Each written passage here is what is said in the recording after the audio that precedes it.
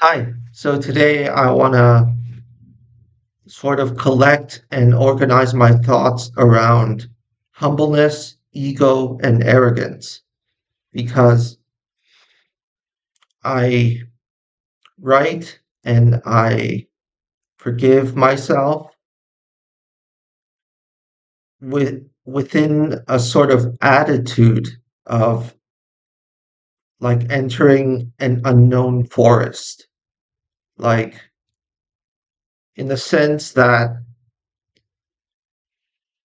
in the sense that just because I know how much and how far I might have walked, that there will always be unexpected, beyond everything that I can imagine, wild cards or things that I haven't considered before that really uh, strongly suggest to me to to be more humble, to practice humility, and with that in mind, I also have a part of myself that also says, I've walked so far, addiction will never get to me. Um, yeah, stuff like that. And then what do you know? Because I got arrogant and I played the ego card, I get possessed. I become fixed on a detail, on a point. And and the inspiration for this vlog has been because of a moment where I went into a mini possession where my memories move so fast, like a circuit on a circuit board, and just charging it with electricity that fast. And I blurted out a response, and it was not reflecting my utmost potential. It was not a moment that represented the best of me. It may be the opposite. It represented the worst in me and brought out the worst in that person when I blurted out the response or the reply. And it's just one of those it's just one of those projects or just something about this human life that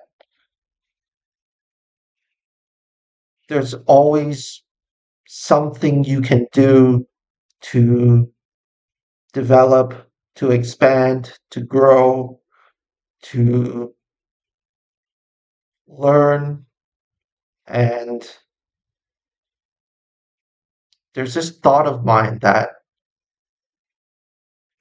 even as I'm doing this vlog right now, in the entire world, we're probably making more content than a single human being can ever consume within a lifetime. So it's like the content we're making in videos and blogs and written material and books, they're far surpassing the human capacity to absorb.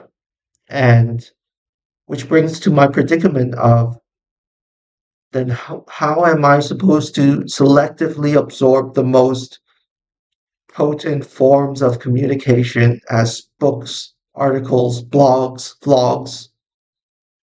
How am I to measure this, the use all of this material has for me?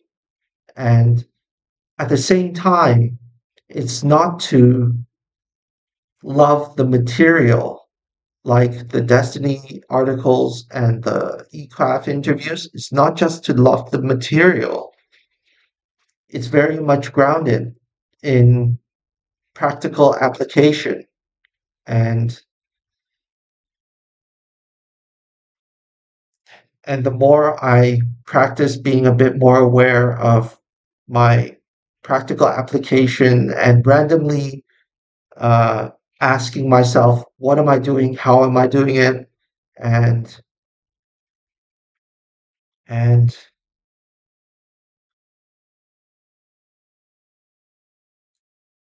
and treating every single day like an existential exploration of the inner depths of myself.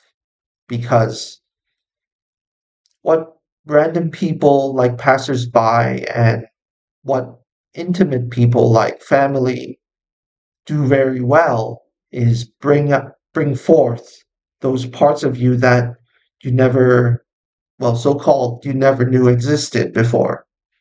And it's a very good reference and test to keep mingling with your family and mingling with strangers. Because what I found is mingling with strangers just by walking out on the street, you're not so much interacting with the person within the context of their entire history.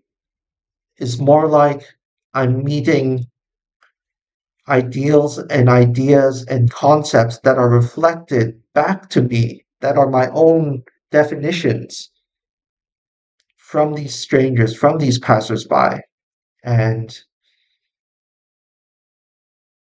it fits in with the idea of types of people and types of reactions that I participate in daily through the reflection of me by strangers. And um, yeah, that's all I have for now. Thanks. Bye.